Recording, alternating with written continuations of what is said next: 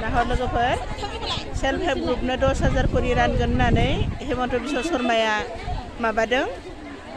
दंफां गायनायनि बेनिफ्राय नै हाजार हाजार सेल्फ हेल्प ग्रुपनि हिन्जावफोर जमा जाफैदों नायहर लोगोफोर सान्दुं गोसायाव बिराद खस्थ' मोनबाय बिराद खस्थ' खालामनानै नेफैबाय मानसिफ्रा नै सोरबाबा प्रेसार जानानै गोग्लैलाय लांबायनो नै सेल्फ हेल्प ग्रुपफ्रा दंफां गायनायनि हेमन्त बिश्व शर्मानिफ्राय 10,000 करि मोनगोन होननानै एप्लाइ खालामदों बेनिफ्राय नै दिनै साइन होनो लेंहरबावदों बेयावनो गोबां सान्दुं गोसायाव रानथाबफैबाय नै मानसिफ्रा बेनिफ्राय सोरबाबा प्रेसार जालाय लांबायनो नै सासे गथ' गोरलै लानानै बानानै फैदों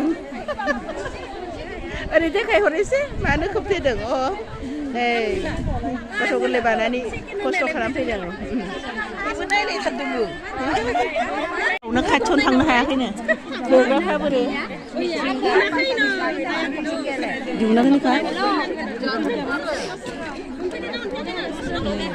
बेंखौ फैजोबदों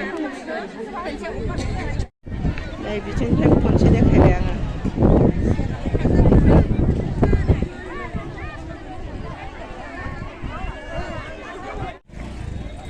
दासो पुर्निमा जाला आगुजोब्बाय मोनबावगोन नोंसोरो जाबाय आंना होबोखांबाय